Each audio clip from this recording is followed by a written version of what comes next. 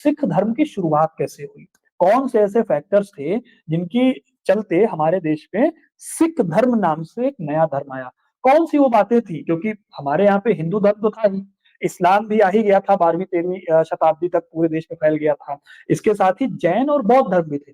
फिर ऐसी क्या बातें थी जिनकी वजह से सिख धर्म को हमारे यहाँ पे उभरना पड़ा? तो देखिए, सिख धर्म का उदय होता है 15वीं शताब्दी में। ये वो टाइम पीरियड था जब हमारे देश में हिंदू धर्म और इस्लाम ये 2 धर्म रेलेवेंट धर्म थे। मतलब इन्हें मानने वाले सबसे ज़्यादा लोग देश में रहते थे। इस टाइम पर एक तो मुस्लिम रूल हो गया था हमारे देश में। उस टाइम पे जिस टाइम की मैं बात कर रहा हूँ तब हमारे देश में लोधी डायनेस्टी रूल करती थी। लोधी डायनेस्टी 1450 के आसपास से लेके मुगलों के आने तक यानी 1526 तक हमारे देश में रूल करती थी। ये वो टाइम पीरियड था जब देश में कास्ट सिस्टम बहुत ज्यादा प्रेवलेंट हो गया था हिंदू धर्म में, और इसी की तरह मौलवियों का बहुत बड़ा रोल हो गया था इस्लाम में। इससे होता क्या था कि कास्ट को लेकर रिजिडिटी हो गई थी हिंदू धर्म में, और मौलवियों की वजह से इस्लाम में कई लोगों को भेदभाव का सामना करना पड़ता था। तो इस वजह से जो कास्ट डिवाइड है या क्लास डिवाइड है वो बहुत ज्यादा देखने को मिल रहा था 15वीं शताब्दी के आसपास। और इसी इसी पृष्ठभूमि में हमारे देश में साल 1469 में पैदा होते हैं गुरु नानक जी। इनका जन्म स्थान था तलवंडी, जो कि आज के पंजाब प्रांत में पड़ता है। अब हुआ क्या कि गुरु नानक जी जब पैदा हुए तो ये वो भक्ति आंदोलन का भी दौर था। ये वो दौर था जब कबीर, रैदास और सूरदास जैसे जो महान संत थे वो हिंदू और इस्लाम धर्म की कुरीतियों का विरोध कर रहे थे। अब ये विरोध किस तरह से कर रहे थे? तो कबीर दास अपने दोहों से जैसे कि वो कई दोहों में हिंदू धर्म और इस्लाम दोनों को काउंटर करते थे। तो ऐसे माहौल में जन्म होता है गुरु नानक जी का। अब गुरु नानक जी ने बचपन से ही इन सब चीजों को सुन रखा था, और उनके अंदर कर्म कांड को लेके बहुत ज्यादा विरोध था। तो वो बचपन से ही कर्म कांड का विरोध करते थे। तो उन्होंने लोकल साधुओं और मौलवियों का दोनों का विरोध करना शुरू किया। टेक्निकली मेरा पॉइंट ये है कि उनके लिए कुरीति मेन थी कि कोई चीज ऐसी है जो लोगों को नुकसान पहुंचा रही है, वो मेन है। वो किस धर्म की है इससे उनको मतलब नहीं होता था। अगर उन्हें हिंदुओं में कोई कुरीति दिखाई दी जैसे कि कास्ट सिस्टम, तो उनके लिए वो भी बुरी थी, और मौलवियों में या इस्लाम में कोई कुरीति दिखाई दी जैसे कि पर्दा प्रथा वगैरह, तो वो उनके लिए वो भी एक तरह की कुरीति थी। दोनों को काउंटर करने में उनको कभी भी हिचक नहीं होती थी। अब ऐसे ही जब ये चीजें चल रही थी तो एक कहानी कही जाती है कि कैसे उनको सिख धर्म का एहसास हुआ। तो कहा जाता है कि इसको लेके दिलचस्प कहानी है दोस्तों। एक दिन क्या हुआ कि गुरु नानक नदी के किनारे ध्यान करने गए, और जब वो नहाने गए तो वो पानी में उतरे, और पानी में उतरकर वो गायब हो गए। अब हुआ क्या कि लोगों ने उनको खूब ढूंढा लेकिन वो पानी में मिले नहीं। सबको लगा कि शायद नानक जो है वो नदी में डूब गए हैं और अब शायद वो कभी वापस नहीं आएंगे। लेकिन फिर एक चमत्कार होता है।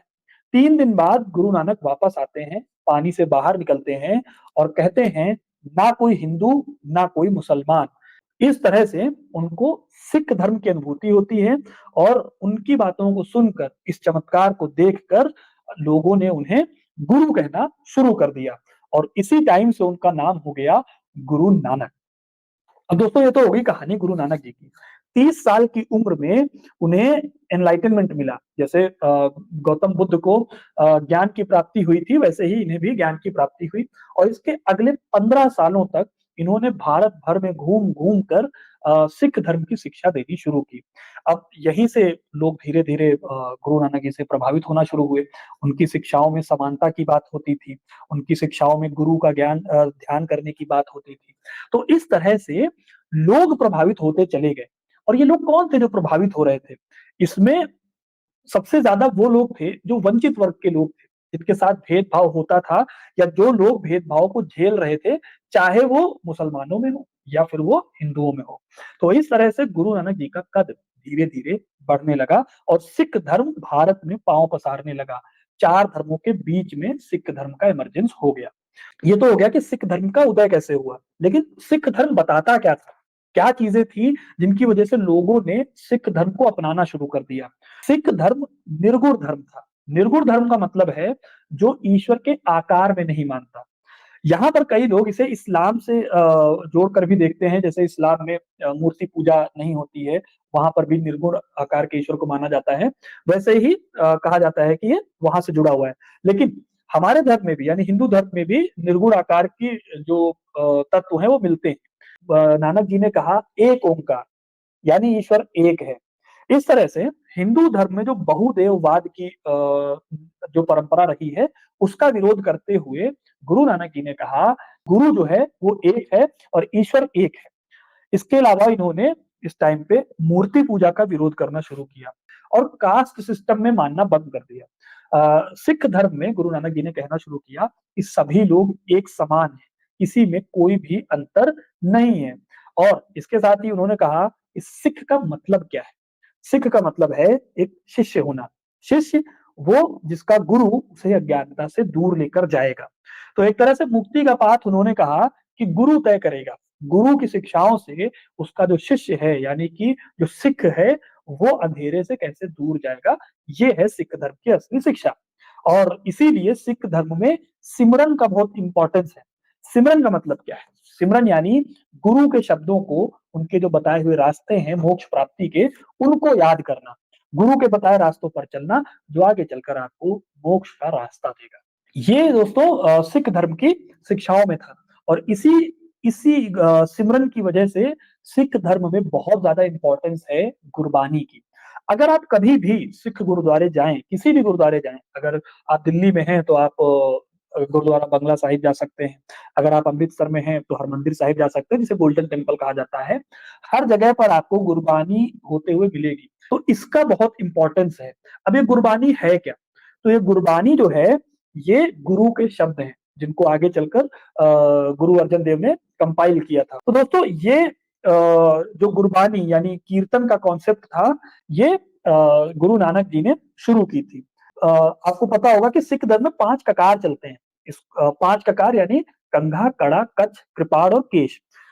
ये खालसा का जो कॉन्सेप्ट था, ये तो दिया था गुरु गोविंद सिंह जी ने, जो सिखों के आखिरी और 10वें गुरु थे।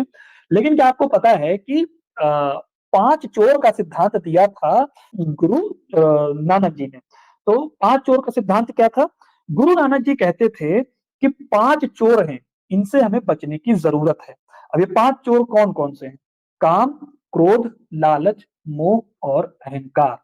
अब अगर दोस्तों यहाँ से ये चीज़ मैंने अभी क्यों बताई है? क्योंकि यहीं से मैं आपको बताऊँगा कि हिंदू धर्म और सिख धर्म में समानताएँ क्या-क्या हैं।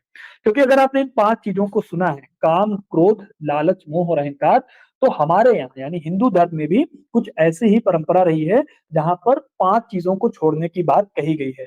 काम, क्रोध, लोभ, मोह और अहंकार। अगला टॉपिक अगर आपको किसी चीज़ पर चाहिए तो वो ज़रूर बताइएगा। बाकी तब तक के लिए बहुत-बहुत धन्यवाद।